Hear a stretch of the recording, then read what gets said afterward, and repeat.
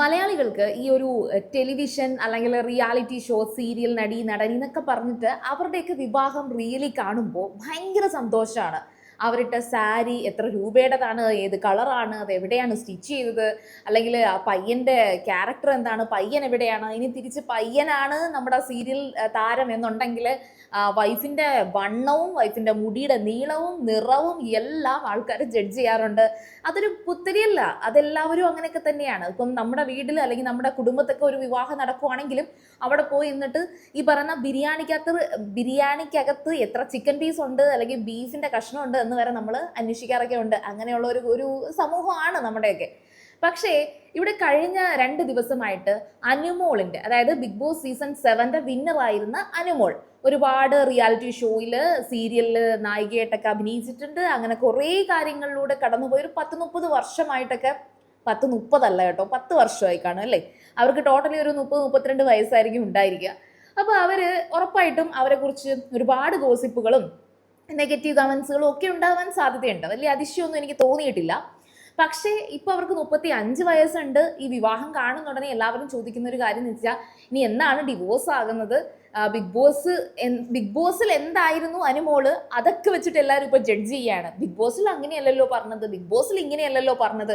പിന്നെ last time ഈ ഒരു വിവാഹത്തിന് തൊട്ട് മുമ്പായിട്ട് തന്നെ ലക്ഷ്മി നക്ഷത്രയുമായിട്ട് ഒരു ഇന്റർവ്യൂ ഉണ്ടായിരുന്നു. അപ്പോൾ അത് അനുമോള് വിവാഹത്തെക്കുറിച്ച് അതിൽ പറയുന്ന പല കാര്യങ്ങളും അതെടുത്ത് വെച്ചിട്ട് റിയാക്ഷൻ വീഡിയോ ചെയ്യുന്ന കുറേ അലവലാദികളും കൂടെ ഞാൻ കണ്ടു. ആ റിയാക്ഷൻ വീഡിയോ ഭയങ്കര കോമഡിയാണ് കേട്ടോ. അത് 1-2 പേർക്കൊക്കെ അത് അറിയായിരിക്കും. കാരണം വളരെ ഫേമസ് ആയിട്ടുള്ള ഒരു റിയാക്ഷൻ ബ്ലോഗറാണ് ഈ ഒരു കാര്യം പറഞ്ഞത്. ആ ഒരു ലക്ഷ്മി നക്ഷത്രയ്ക്ക് കൊടുത്ത അനുമോളുടെ ആ ഇന്റർവ്യൂവിനകത്ത് അന്ന് ഒന്നും അറിയാത്ത കണക്ക് ആ വിവാഹം ഉടനെ ഉണ്ടാകും എന്നൊക്കെയാണല്ലോ പറഞ്ഞത്. എന്നിട്ട് ഇതൊക്കെ അവരുടെ സ്വകാര്യ കാര്യങ്ങളല്ലയോ.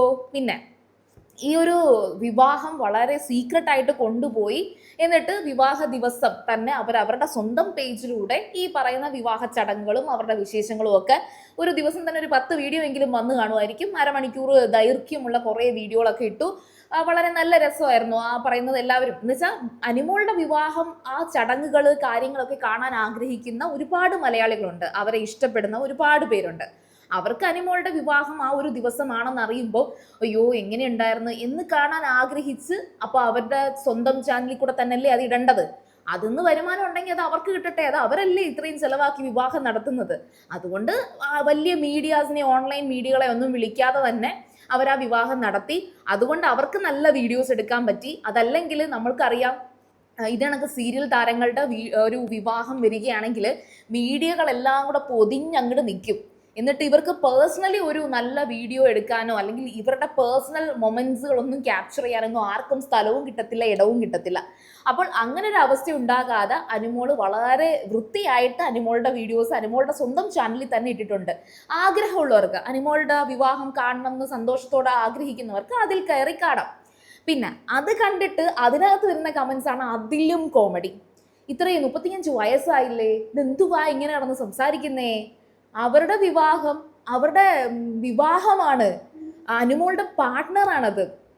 അവരെന്തായാലും പ്രണയിച്ച് വിവാഹം കഴിച്ചതാണ്. കാരണം തമിഴ്നാട് സ്വദേശിയാണ്. അപ്പം ഈ പറയുന്ന പുള്ളിക്കാരനും ഈ അനുമോളും ഭുവനേഷ് രാജേന്ദ്രൻ, നമ്മൾ രാജേന്ദ്ര എന്ന് പറയുന്നതൊക്കെയല്ല, രാജേന്ദ്രൻ എന്നാണ്. അപ്പം ഇവർ രണ്ടുപേരും വളരെ പ്രണയിച്ചായതുകൊണ്ട് തന്നെ അവരുടെ ഇടയിൽ ആ ഒരു ബോണ്ടുണ്ട്. ഈയടാ പൊട്ട എന്നൊക്കെ തന്നെ അനുമോള് വിളിക്കും. അല്ലേ തന്നെ അനുമോളുടെ ഒരു ടോക്കിംഗ് സ്റ്റൈൽ അതാണ്. ഏകദേശം ഒരു 100 ദിവസം ബിഗ് ബോസിനകത്ത് നിന്ന് എല്ലാവരും മനസ്സിലാക്കിയത് അനുമോളുടെ സംസാരവും ബഹളവും വഴക്കും എല്ലാം അങ്ങ് വലിയ സൂപ്പർ ആണെന്നോ ഭയങ്കര നല്ല സൽസ്വഭാവിയാണെന്നോ എന്നൊന്നും അല്ല ഞാൻ പറയുന്നത്. അവരങ്ങനെയാണ്, അവരുടെ ഒരു ജെനുവിൻ ക്യാരക്ടർ അതാണ്. ഇനി ഇത് വീഡിയോയിൽ കണ്ടിട്ട് അവരുടെ പേഴ്സണൽ സംസാരം അത് അവർ വീഡിയോ എടുക്കുന്നു, അവരത് എടുത്തിടുന്നു, പോസ്റ്റ് ചെയ്യുന്നു. ഇത് കാണാൻ ആഗ്രഹമുള്ളവർ കാണട്ടെ എന്ന് കരുതി തന്നെ അവരിടുന്നു. അതിനകത്ത് ഈ ഭുവന് മലയാളം അല്ലാത്തത് കൊണ്ടും മലയാളം തീരെ അറിയത്തില്ല. അതുകൊണ്ട് തന്നെ അനുമോള് പറയുന്നതിന് റെസ്പോണ്ട് ചെയ്ത് സംസാരിക്കാൻ ഭുവന് വലിയ അറിവില്ല. എങ്കിലും തമിഴിൽ കുറച്ചൊക്കെ സംസാരിക്കും. പിന്നെ ഈ പറയുന്ന കണക്ക് ഇത്ര വലിയ ഒരു ഫേമസ് ഇൻഫ്ലുവൻസർ ഒന്നും അല്ല. മലയാളികൾ ഭുവനെ തന്നെ ഈ ഒരു വിവാഹത്തോടെയാണ് അറിയുന്നത്. ചിലപ്പോൾ തമിഴ്നാട്ടിൽ എല്ലാവർക്കും അറിയാവുന്ന ഒരു വ്യക്തി ആയിരിക്കാം ഈ ഭുവൻ. അങ്ങനെ സെലിബ്രിറ്റി സ്റ്റാറ്റസ് ഇവിടെ ഉള്ളതായിട്ട് നമുക്കറിയില്ലായിരുന്നു. ഈ ഒരു അനുമോളുടെ വീഡിയോയിലൂടെ നമ്മൾ കണ്ടു. അതുകൊണ്ട് തന്നെ അനുമോളുടെ കൂടെ സംസാരിച്ച് കൂടുതൽ ഒരു വൈബ് ഉണ്ടാക്കി അല്ലെങ്കിൽ ഒരുപാട് സംസാരിക്കാൻ ഭുവൻ ശ്രമിച്ചിട്ടില്ല. അതിരം അനുമോള് കയറി ഇടയ്ക്ക് കയറി സംസാരിക്കുന്നു, അനുമോള് ഭുവന് സംസാരിക്കാൻ സ്പേസ് കൊടുക്കുന്നില്ല, ഭർത്താവിനെ റെസ്പെക്ട് ചെയ്യുന്നില്ല. ഓ, റെസ്പെക്ട്, ദാറ്റ്സ് ദ പോയിന്റ്. നമ്മളിവിടെ വിവാഹം കഴിച്ച് ഭർത്താവിനെ റെസ്പെക്ട് ചെയ്യുന്ന ആ ഒരു കാലഘട്ടം കഴിഞ്ഞു. അതിൻ്റെ ആവശ്യമില്ല. അവരവരുടെ സന്തോഷം അവരങ്ങോട്ടും ഇങ്ങോട്ടും ചില്ലായിട്ട് പോകുന്നു.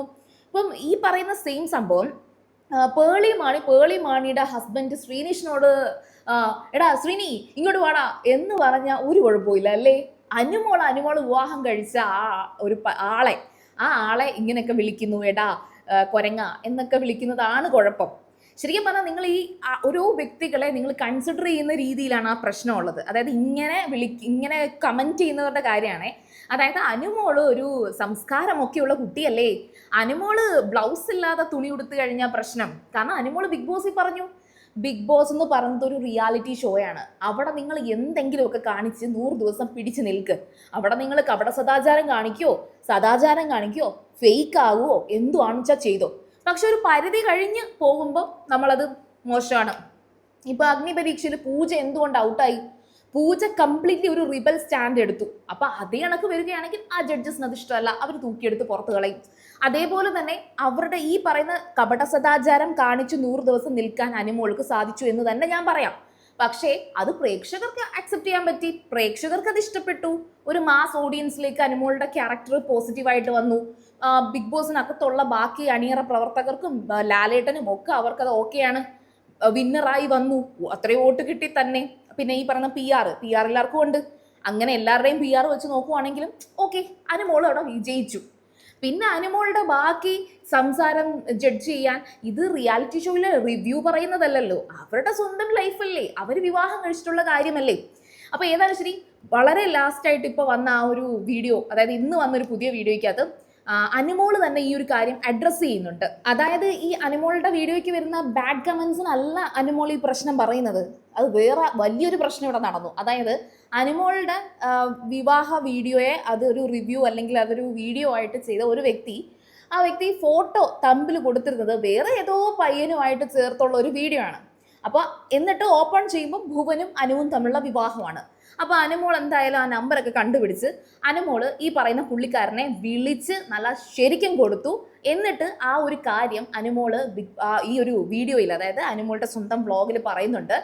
അതിൻ്റെ ഒരു റീസൺ എന്താണെന്നറിയോ? ഇങ്ങനെ വന്ന് ഈ പ്രശ്നം ഉണ്ടാക്കി ബാഡ് കമൻസ് ഇട്ട് ഇത്തരത്തിലുള്ള നെഗറ്റീവ് വീഡിയോസ് ഇടുന്നത് അവരുടെ ജീവിതത്തിൽ സന്തോഷം കിട്ടുന്ന ഒരു കാര്യവും നടക്കാത്തത് കൊണ്ടാണ് അവരിങ്ങനെ വന്ന് ഫ്രസ്ട്രേറ്റഡ് ആയിട്ട് മറ്റുള്ളവരുടെ സന്തോഷങ്ങൾ കാണുമ്പോൾ ചൊറിഞ്ഞു വരുന്നത്. അതെനിക്കും തോന്നുന്നു വളരെ ശരിയാണ്. കാരണം അവർക്ക് അസൂയയാണ്, അതുകൊണ്ടായിരുന്നിരിക്കാം.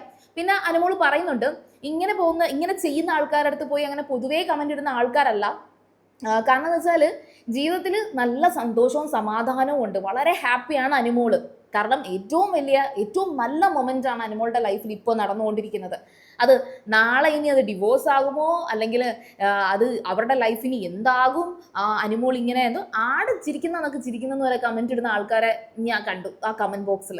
ശരിക്കും പറഞ്ഞാൽ നമ്മളത് സ്ക്രോൾ ചെയ്തത് വായിക്കാൻ നിന്ന് കഴിഞ്ഞാൽ ഇവരെയൊക്കെ എന്ത് പറയണം എന്ന് നമുക്ക് തോന്നിപ്പോവും. പക്ഷെ അനുമോൾ തന്നെ അത് പറയുന്നുണ്ട്, ഈ കമന്റ് ഇടുന്നവരെ ഒന്നും പറയാതിരിക്കുന്നതാണ് നല്ലത്. കാരണം എന്ന് വെച്ചാൽ ഇവർ അവരുടെ ഫ്രസ്ട്രേഷനാണ് ഇവിടെ വന്ന് തീർക്കുന്നത്. എന്നിട്ട് വേറൊരു കാര്യം കൂടെ അനുമോള് തന്നെ പറയുന്നുണ്ട്, അങ്ങനെ ഒരു കമന്റ് വന്നു എന്ന്. അതായത് തമിഴനായതുകൊണ്ട് തൻ്റെ കാശൊക്കെ കൊണ്ട് മുങ്ങിക്കളയുന്ന ഒരാളാണ് ഈ ഭുവൻ എന്ന് കമന്റ് അനുമോള് കണ്ടതും അനുമോൾ അത് വീഡിയോയിലൂടെ അഡ്രസ്സ് ചെയ്യുന്നുണ്ട്.